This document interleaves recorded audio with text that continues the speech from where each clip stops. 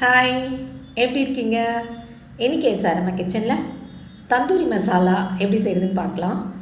நம்ம ரெஸ்டாரண்ட்லாம் போகும்போது வாசம் மூக்க தொலைக்கும். இந்த வாசம் நமக்கு வசப்படுமா அப்படின்னு நினைப்போம். இப்போ நம்ம கிச்சனில் இந்த வாசத்தை எப்படி கொண்டு வருதுன்னு பார்க்கலாம். நான் என்னெல்லாம் எடுத்து வச்சுருக்கேன்னா, காஷ்மீரி ரெட் சில்லி 15 எடுத்து வச்சுருக்கேன். இது கலருக்காக.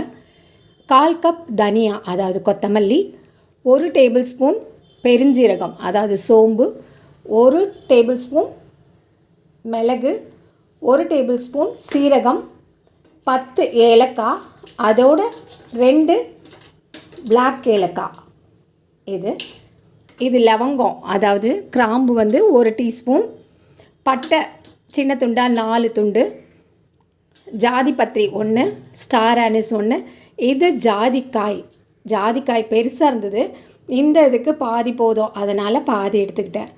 இதை தவிர 2 டீஸ்பூன் கசூரி மேத்தி. இவ்வளோ தான் இதுக்கு தேவையான பொருள். இதை எப்படி வறுத்து அரைக்கலாம் அப்படிங்கிறத பார்க்கலாம். ஸ்டவ் ஆன் பண்ணி ஒரு பேன் வச்சு ஃபஸ்ட்டு நம்ம மிளகாய் வத்தலை வறுத்துக்கலாம். காஷ்மீரி ரெட் சில்லியை வறுத்துக்கலாம். லோ ஃப்ளேமில் வச்சு வறுக்கணும். ரொம்ப ஹையில் வைக்கக்கூடாது, லோ ஃப்ளேம்லேயே வச்சு நல்லா வறுத்துக்கலாம். கொஞ்சம் வாசனை வர வரைக்கும் வறுத்து எடுத்துக்கலாம். இது நம்ம கலருக்காக சேர்க்குறது. காரம் வேணும்னா நம்மளுக்கு நார்மல் மிளகாத்தூள் சேர்த்துக்கலாம். அதனால் இதை வறுத்தாச்சு. இப்போ தனியாக ஒரு பிளேட்டில் கொட்டி ஆற வைக்கலாம். அதே பேன்லேயே ஃபஸ்ட்டு தனியா, அதாவது கொத்தமல்லி போட்டு வறுத்துடலாம். இதுவுமே எல்லாமே மீடியம் ஃப்ளேமில் தான் வைக்கணும், ரொம்ப ஹைலெலாம் வைக்க வேண்டாம். கொஞ்சம் 2 நிமிஷம் இதை வறுத்துட்டு இது லேசாக வறுபடவும் மிளகும் சேர்த்துக்கலாம். மிளகையும் சேர்த்து அதையும் வறுத்துடலாம். கொஞ்சம் வறுத்துட்டு கூடவே கொஞ்சம்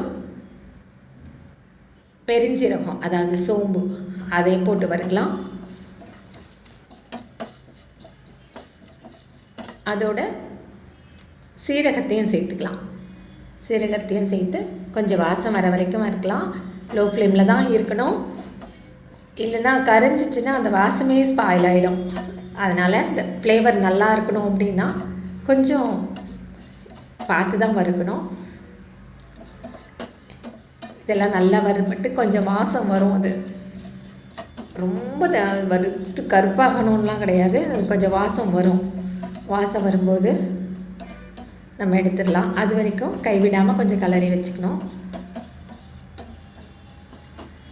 இப்போது இதுவும் வறுபட்டுருச்சு. இதில் நம்ம தனியா, மிளகு, பெருஞ்சீரகம், சீரகம் போட்டு வறுத்துருக்கோம். முதல்ல மிளகாய் வத்தல் போட்டோம். இதையும் எடுத்துடலாம், அதுலேயே தட்டிடலாம்.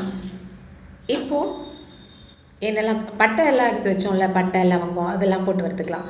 ஏலக்காய், கருப்பு ஏலக்காய், இந்த ஜாதிபத்திரி, பட்டை, லவங்கம், ஜாதிக்காய், இதெல்லாம் இது ரொம்ப சிம்மில் தான் வச்சு வறுக்கணும்.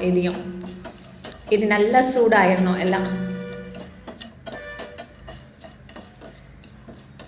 இது சூடாகும் போதே நல்ல வாசம், எல்லாமே சேர்ந்து வறுப்படும் போது கமன்னு வாசம் இப்போவே வர ஆரம்பிச்சிருச்சு. இப்போல்லாம் இதெல்லாம் சூடாகும் போது இது உடைக்க வருது பாருங்கள். இந்த மாதிரி எல்லாம் கொஞ்சம் சின்ன சின்னதாக உடச்சி போட்டு, ஏன்னா நம்ம மிஷினில் கொடுத்து அரைக்க போகிறதில்ல, மிக்ஸி ஜாரில் தான் அரைக்க போகிறோம். அதனால் நம்ம கையில் பிச்சு போட்டுக்கிட்டா ஈஸியாக இருக்கும்.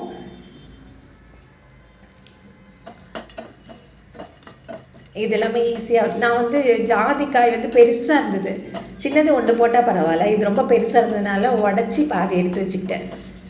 இந்த அளவுக்கு நம்ம கொஞ்சமாக தான் எப்பயுமே இதெல்லாம் மொத்தமாக அரைச்சி ரொம்ப ஸ்டோர் பண்ணக்கூடாது.